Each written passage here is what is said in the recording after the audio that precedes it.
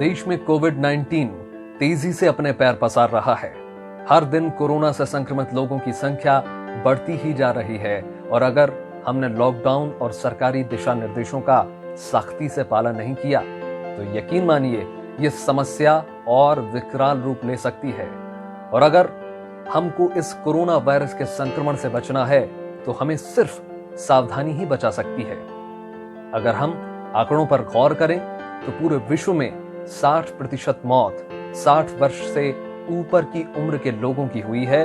वैसे ही हमारे बुजुर्ग पुरानी बीमारियों से जूझ रहे होते हैं। जैसे जैसे उम्र बढ़ने लगती है, उम्र दराज लोगों की इम्यूनिटी भी कम होती जाती है और रोगों से लड़ने की रोग प्रतिरोधक क्षमता भी कम हो जाती है। दरअसल अभी तक तो हमारे बुजुर्ग सुबह शाम पार्कों में घूम लेते थे और दूसरे बुजुर्गों से बातचीत करके अपना समय व्यतीत कर लेते थे।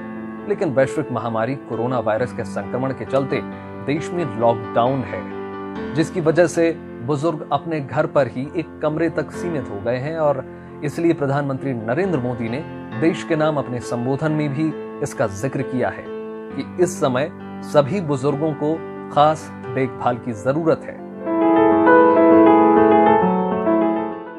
अपने घर के बुजुर्गों का विशेष ध्यान रखें, विशेषकर ऐसे व्यक्ति जिन्हें पुरानी बीमारी हो,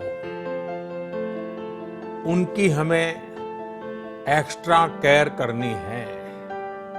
उन्हें कोरोना से बहुत बचाकर रखना है।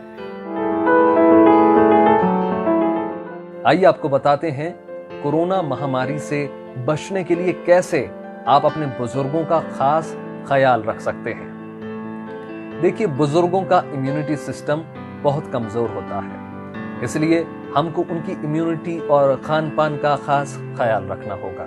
उसके लिए आपको ध्यान रखना है कि भोजन जो है वो हल्का और पौष्टिक हो और आप ध्यान रखें कि उनको खाने में हरी पत्तेदार सब्जियां, अंकुरित अनाज और ड्राई फ्रूट्स अवश्य खिलाएं। इसके साथ ही हमारे बुजुर्ग मौसमी फल खाएं, जूस पिएं, संतरे, नींबू और आंवले का सेवन करें क्योंकि ये विटामिन सी से भरपूर होते हैं जो आपकी इम्यूनिटी को बढ़ाते हैं। इसके साथ ही हर रोज हल्दी वाला दूध, काली मिर्च, लौंग, तेज पत्ता, तुलसी वाला काढ़ा और हर्बल टी का सेवन जरूर करें। अच्छा, दूसरा आपको साफ सफाई और श्वसन प्रणाली का विशेष ध्यान रखना है। बुजुर्गों के कपड़े, बेडशीट और तौलिए की सफाई पर आपको ध्यान देना होगा क्योंकि देखिए बार बार इस्तेमाल से यहाँ कीटाणु जम सकते हैं। हाथों की सफाई का ध्यान रखना है, जिसके चलते साबुन और हैंड सैनिटाइजर का इस्तेमाल करना चाहिए। छींकते और खांसते वक्त इस्तेमाल होने वाला जो रुमाल और गमछा है उसको भी साफ रखना चाहिए। नाक, मुंह और गले और फेफड़ों को भी साफ रखना है, जिसके लिए दिन में कम से कम 2 से 3 बार भाप और गरारे किए जा सकते हैं। तीसरा तरीका हम सबको अच्छे से पता है, वो है घर पर ही व्यायाम और योग करना, जिससे शरीर मजबूत बनेगा और कोरोना के खिलाफ इस जंग से हम मजबूती से लड़ सकेंगे, सामना कर सकेंगे। देखिए, लॉकडाउन है, बाहर तो हम जा नहीं सकते। ऐसे में घर की छत या कमरे में ही आसानी से टहला जा सकता है और बैठकर करने वाले योग, प्राणायाम भी आसानी से किए जा सकते हैं। इसके बाद बुजुर्गों को जरूरी दवाओं का सेवन भी समय से करना है, जिसकी लापरवाही बहुत ही तकलीफदेह हो सकती है। बुजुर्गों की रोज की लेने वाली दवाओं का विशेष ध्यान रखना है कि कब किस दवा का वक्त है तब उस दवा को लिया जाए।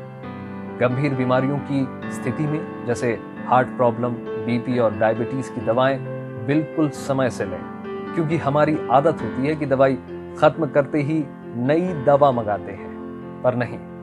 याद रखिए, आपको खत्म होने से पहले ही दवाइयों को मंगवा लेना है। एक और समस्या है जिस पर ध्यान देना आज बहुत जरूरत है, वो है डिप्रेशन और अकेलापन।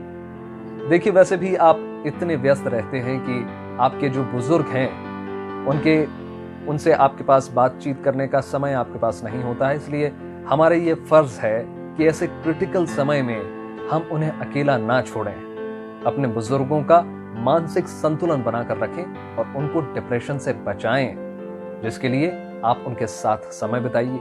एक हंसी खुशी का, एक मनोरंजन का सकारात्मक माहौल हमेशा बना के रखिए।